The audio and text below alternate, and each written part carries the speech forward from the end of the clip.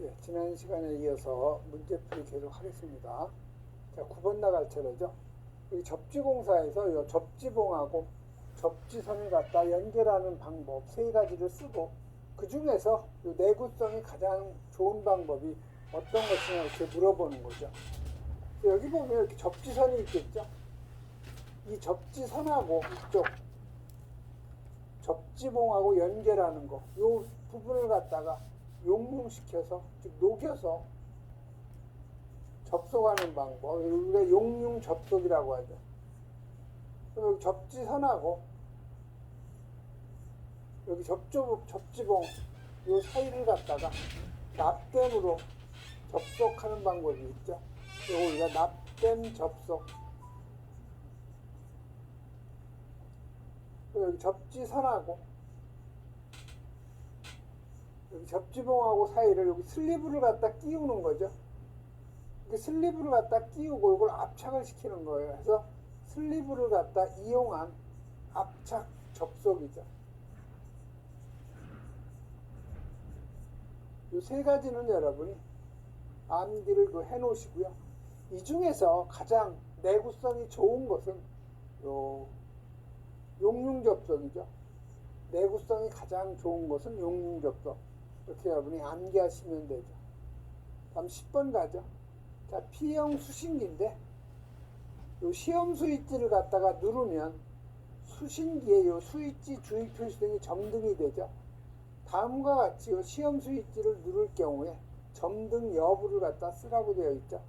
자, 도통 시험 스위치를 눌렀을 때 요 스위치 주의 표시 등이 불이 들어오냐 이걸 물어본 거죠. 또한 예비 전원 시험 스위치를 눌렀을 때 스위치 주의 표시 등에 불이 들어오냐 이걸 지금 쓰라는 거죠. 그래서 여러분 요거는 P형 여러분이 그 수신기를 한 번이라도 조작을 해본 사람이 알 수 있는 내용이에요. 그래서 여러분 여기 보시면 요 P형 1급 수신기가 있죠. 그래서 이 P형 1급 수신기라는 것은 5회로 이상, 즉 6회로부터가 1급 수신기가 되는 거죠. 그래서 여기 P형 1급 수신기를 보면요. 이쪽에 보면 여기 화재 표시등이 있죠. 요놈이 주화재 표시등이에요. 주화재. 그 다음에 여기 각 지구창에 여기 표시등이 있는 거죠. 즉 1번 구역에 화재가 들어오면 이 표시창에 불이 들어오는 거죠. 이 창을 우리가 뭐라고 해요? 이걸 지구창이라고 하죠. 이 지구창에 이 불이 있는 거, 이걸 우리가 지구 표시등이라고 해요.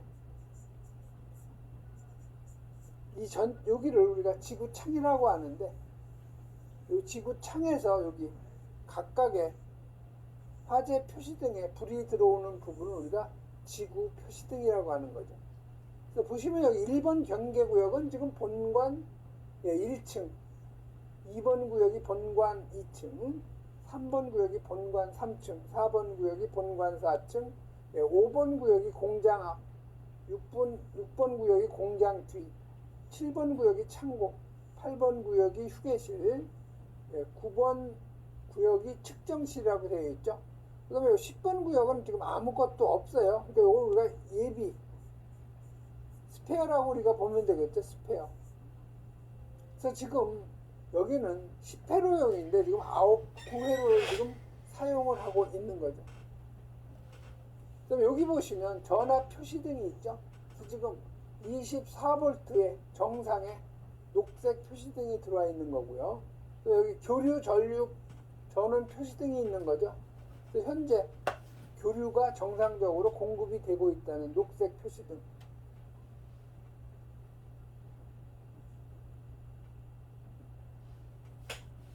여기 보면 이제 발신기 표시해드리는 발신기 표시등.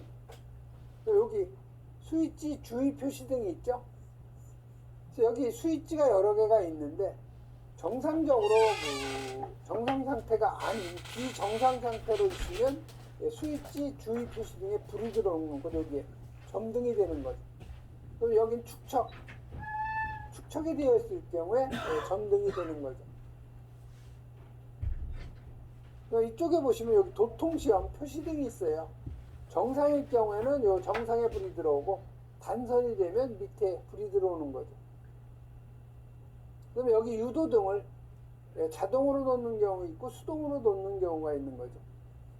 시험 버튼을 보면 여기 예비전원 시험이라고 있죠. 예비전원 시험 스위치, 주경종 정지 스위치, 지구경종 정지 스위치, 그리고 여기 자동 복구 스위치, 여기 전체 복구 스위치, 여기 도통 시험 스위치, 여기 동작 시험 스위치가 있는 거죠. 그래서 이쪽에 회로 시험 스위치가 있는 거예요. 회로 시험 스위치. 그래서 경계구역이 1구역, 2구역, 3구역, 4구역, 5구역, 6구역, 7구역, 8구역, 9구역, 10구역 이렇게 있는 거죠. 그래서 지금 여러분이 동작 시험을 할 때 여기 동작 시험 스위치를 갖다 누르고 요 자동 복구 스위치도 마찬가지로 눌러놓는 거예요. 두 개를 눌러놓고 요 회로 시험 스위치를 경계구역 차례로 돌리면 여기 표시창에 불이 들어오면서 주화제 불 들어오고 주경종 울리고 지구경종 울리는 거죠. 그다음에 도통 시험 스위치를 누르고 요 회로 시험 스위치를 차례로 돌려보면 여기에 단선이 되면 단선 표시되고 정상이면 정상 표시등에 불이 들어오는 거죠. 그다음에 지구경종 그 스위치는 눌러놓으면 이제 지구경종이 안 울리는 거고 여기 주경종도 마찬가지죠.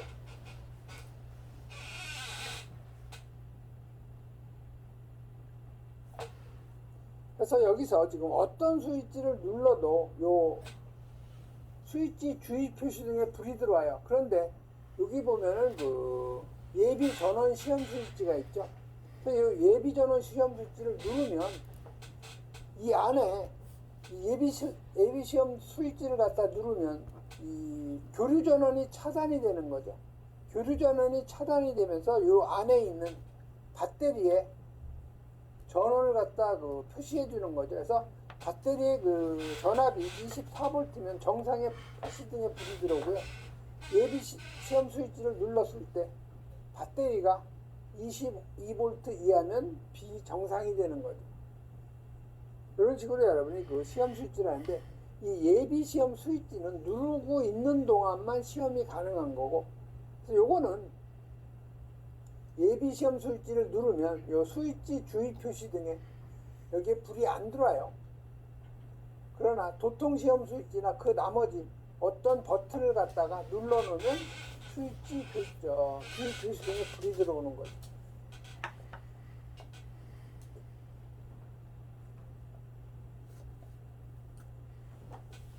여기서 보면 시험 스위치를 누르면 수신기의 스위치 그 주의 표시 등에 점등이 되는데 아래와 같은 시험 스위치를 눌렀을 경우에 점등 여부죠.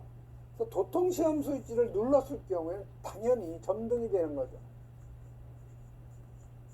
그러나 요 예비 시험 스위치, 여기 예비 시험 스위치가 여기에 있는 거죠.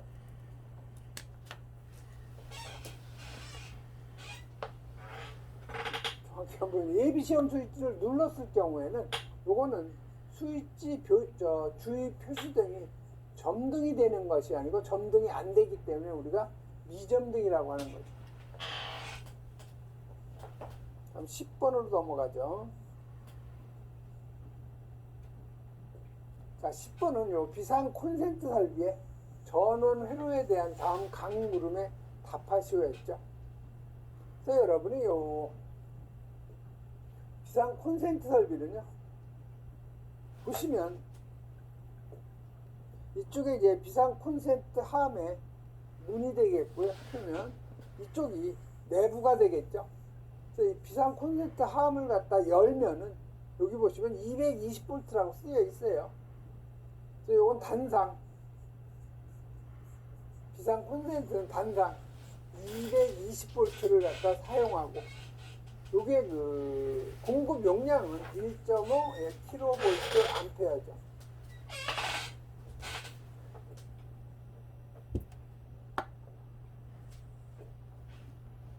그래서 요 전원 회로는 단상 교류 몇 볼트인가요? 이건 220볼트죠. 플러그 접속기는 접지형 2극이고요. 공급 용량은 1.5kV 암페어 이상이 되는 거죠. 그래서 여러분이 비상 콘센트 설비의 이 전원 회로는 여러 번 읽어보셔야 돼요. 그래서 단산교류 220V를 사용하는 것으로서 공급 용량은 1.5kV 이상이죠. 그래서 구분은 단산교류고 전압은 220V, 공급 용량 1.5kV 이상, 플러그 접속기는 접지형 2극, 각층에 2개 이상, 비상 콘센트가 1개일 경우에는 하나의 회로로 할 수 있죠.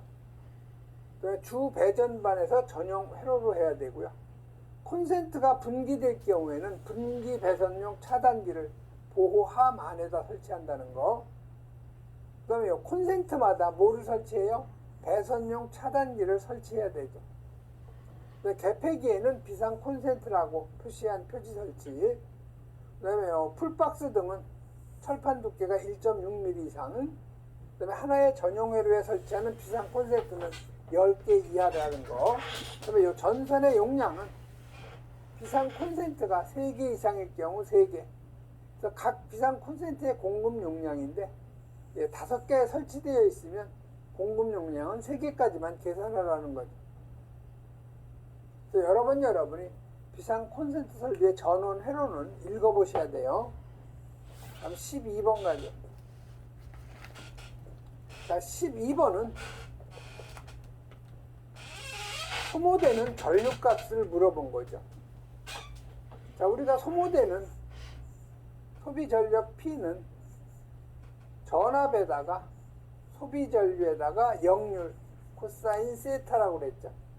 자, 문제에서 지금 전압은 220V죠. 그럼 소비되는 전류는 우리가 구하려는 거고요.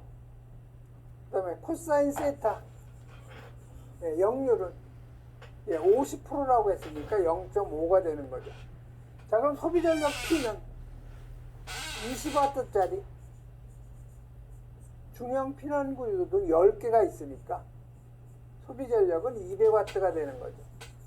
자, 여기서 소비전류 I는 V 코사인 세타분의 소비전력 P가 되는 거죠. 그대로 대입하면 돼요. 소비전력은 200W, 사용전압 220V, 역률 0.5. 그래서 여러분이 계산하면 1.82A가 바로 소비 전력이 되는 거죠. 소비 전류가 되는 거죠. 다음 13번 가죠.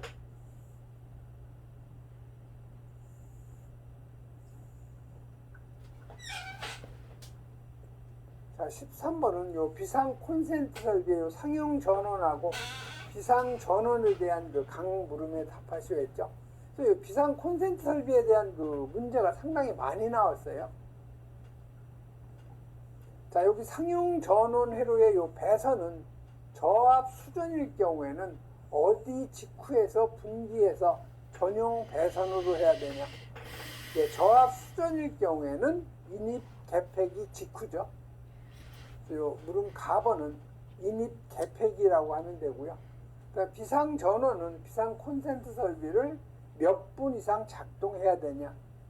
모든 소화 설비나 비상 콘센트 설비나 다 20분 이상이고 무선 통신 보조 설비고 증폭기만 30분 이상이죠. 자, 비상 전원을 실내에 설치할 경우 그 실내에다가 비상 조명 등 설치해야 되는 거죠.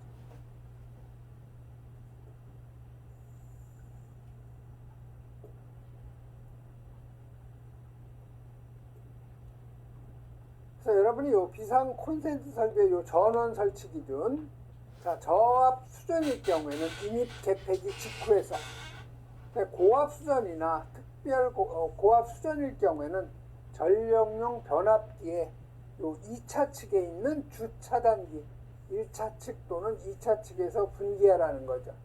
그래서 고압 수전이나 요 특고압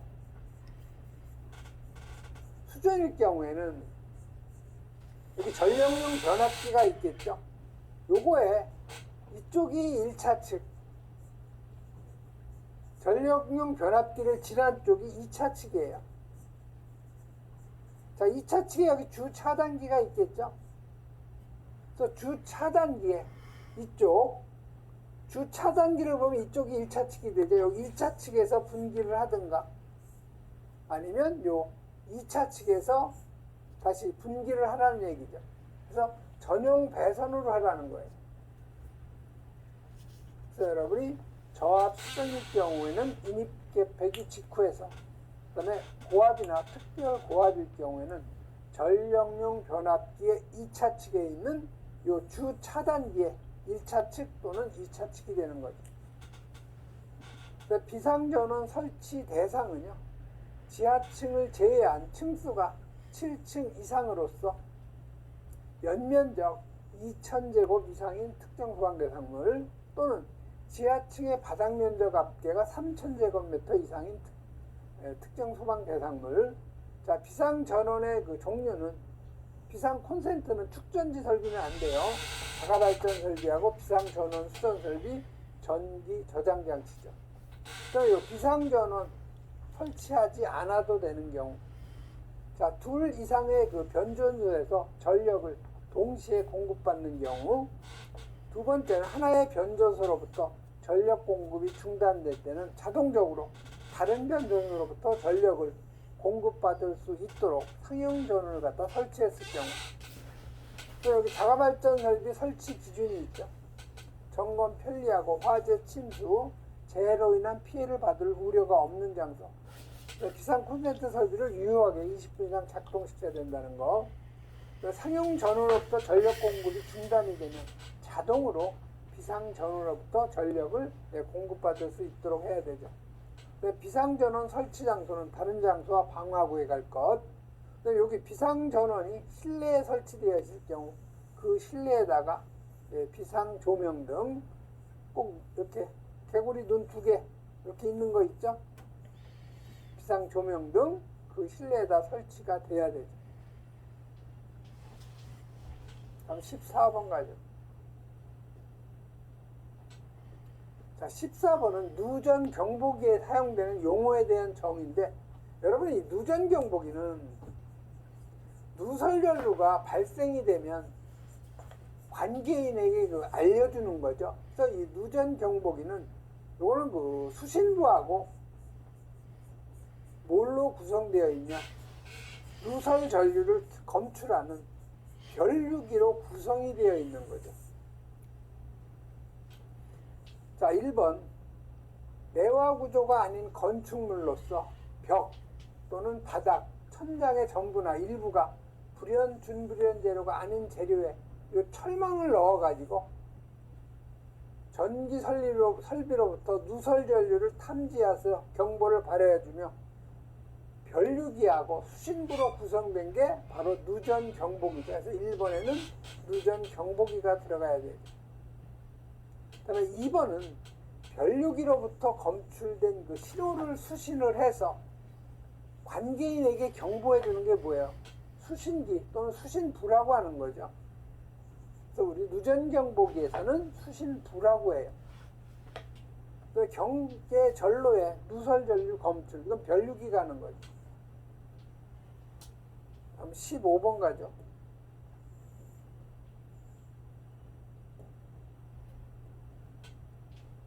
자, 15번 보면 여기 소방시설 공사 중에서 이 표준 품샘에 명시되지 않은 이 공구선유. 공구선유라는 건 공구를 사용해서 공구가 연수가 지나면 감가상각이 생기는 거죠. 그걸 우리가 공구선유라고 그래요. 그래서 이 잡재료비 등을 계상하고자 할 때 별도로 계상을 하는데 다음 각 물음에 답하시오 했죠. 자, 이 공구선유는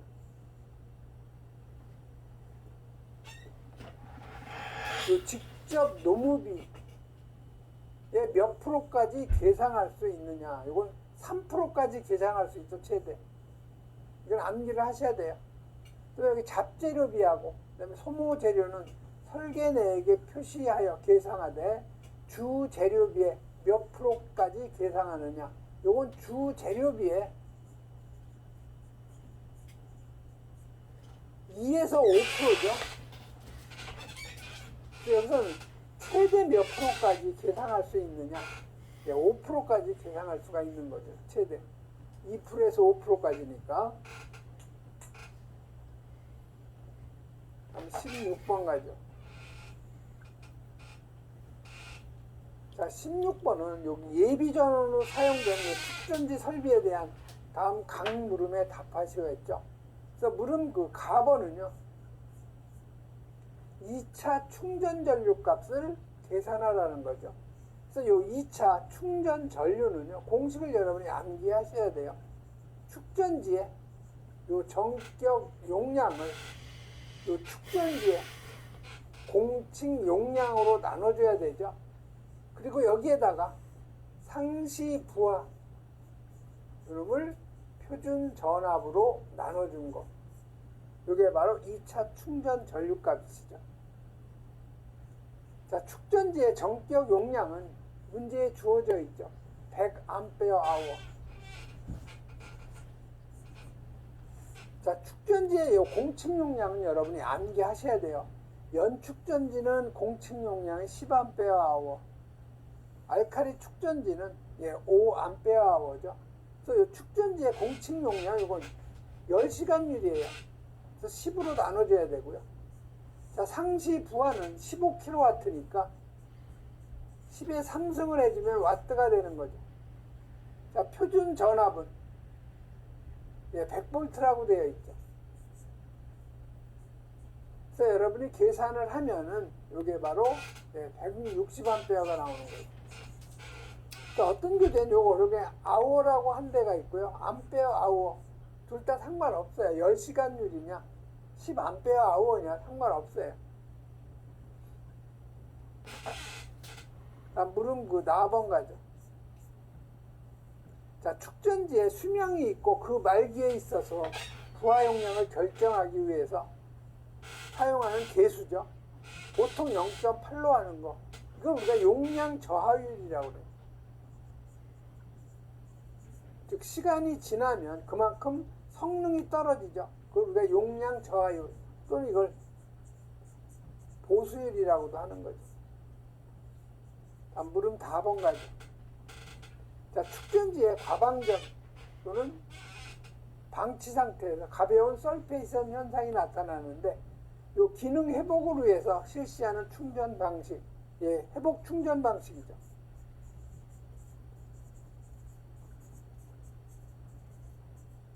자, 여기 설페이션 요거는 연축전지, 납축전지에서 많이 발생이 되는데 요거 황산화 현상이라고 해요.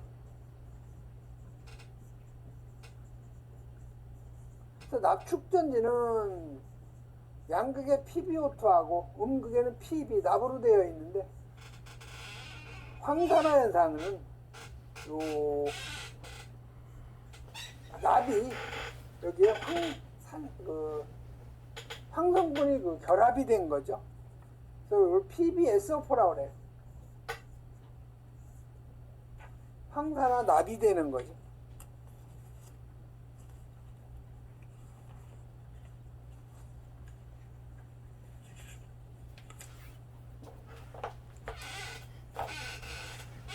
여러분 2차 충전 전류 요 구하는 공식 반드시 암기를 하시고 축전지의 공칭 용량 연축전지하고 알칼리 축전지 구분해서 여러분이 꼭 이건 암기해야 문제를 풀 수가 있어요. 또 용량 저하율 또는 보수율이라고 하는 정의, 회복 충전 방식, 부동 충전 방식이 제일 많이 나와요. 이번 시간에는 여기까지 하겠습니다.